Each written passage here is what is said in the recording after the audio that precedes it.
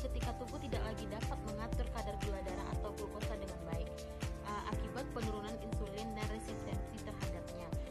Jika tidak dikelola dengan baik, maka diabetes dapat menyebabkan atau mengakibatkan komplikasi yang sangat serius dan hampir mempengaruhi semua sistem tubuh dan bahkan mengancam jiwa.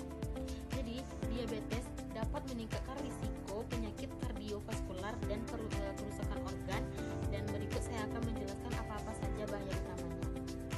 Yang pertama yaitu ada penyakit jantung dan stroke. Orang dengan penderita diabetes 2-4 kali akan lebih berisiko atau lebih rentan untuk terkena penyakit jantung dan stroke karena dapat merusak pembuluh darah dan pembekakan plak, bahkan hipertensi. Yang kedua yaitu ada kerusakan ginjal, yaitu orang dengan penderita diabetes adalah penyebab utama terjadinya kerusakan ginjal atau gagal ginjal kronis.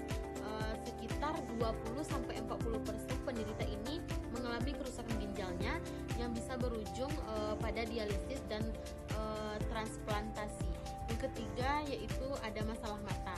Jadi kerusakan pembuluh darah di retina dapat menyebabkan kebutaan. Ini mempengaruhi 30% penderita diabetes jangka panjang dan merupakan penyebab utama pada orang dewasa. Yang keempat yaitu ada kerusakan saraf. Diabetes ini juga dapat merusak saraf dan menyebabkan nyeri dan mati rasa, bahkan kelemahan terutama di kaki dan tangan. Ini meningkatkan risiko jatuh atau infeksi kepada si penderita diabetes. Selanjutnya yaitu masalah kaki dan luka.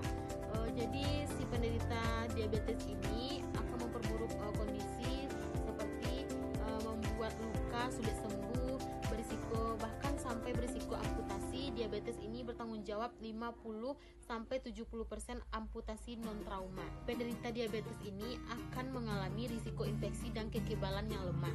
Diabetes melemahkan sistem kekebalan tubuh, meningkatkan risiko seperti pneumonia, infeksi saluran kemih atau sepsis. Yang terakhir yaitu ada komplikasi lain, termasuk penyakit gusi atau depresi dan risiko kanker tertentu seperti pankreas atau hati.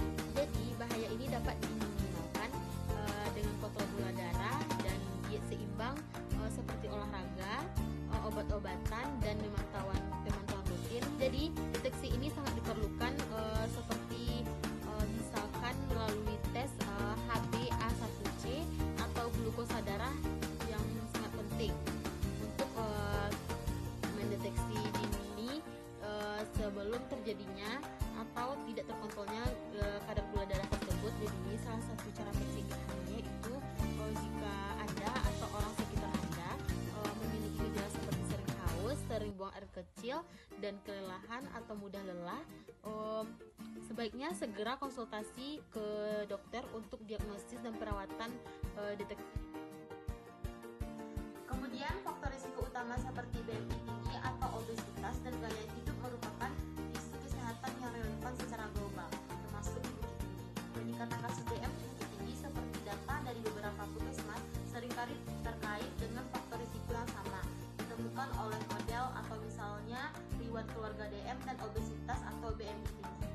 Indian Diabetes Dataset atau PIDD dari NIDDK USA.